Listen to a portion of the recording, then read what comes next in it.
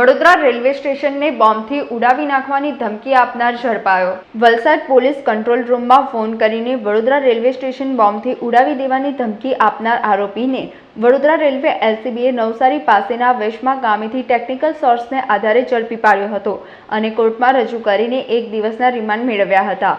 એલસીબીના પીઆઈએ જણાવ્યું હતું કે જ્યારથી અમને આ કોલ વિશે માહિતી મળી હતી ત્યારથી રેલવે એસઓજી, રેલવે પોલીસની 3 ટીમ અને એલસીબીની 3 ટીમો કામે લાગી હતી। જે મોબાઈલથી કોલ આવ્યો હતો તે નંબરને ટેકનિકલ એનાલિસિસ અને લોકેશનના આધારે સર્વેલન્સ ઉપર મૂક્યો હતો। સોમવારે આ મોબાઈલનું લોકેશન નવસારી અને સુરત વચ્ચે આવેલા વેશમા ગામ પાસેનું બતાવતા એલસીબીની એક ટીમ વેશમા ખાતે રવાના થઈ હતી, જ્યાં આરોપી શ્યામજી યાદવ મળી આવ્યો હતો, જેની ધરપકડ કરી તેને વડોદરા લવાયો હતો। આરોપીને પૂછતા જણાવ્યું હતું કે દારૂના નશામાં હતો એટલે ભૂલમાં આવો કોલ થઈ ગયો હશે, મને યાદ નથી। આરોપીને કોર્ટમાં રજૂ કરી 1 દિવસના રિમાન્ડ મેળવ્યા હતા। સમાચારોના સતત અપડેટ મેળવવા માટે લોકમત ન્યૂઝને યુટ્યુબ ઉપર સબસ્ક્રાઇબ કરો, બેલ આઇકોન દબાવો અને અમારી સાથે જોડાયેલ રહો ફેસબુક, ઇન્સ્ટાગ્રામ અને ટ્વિટર ઉપર।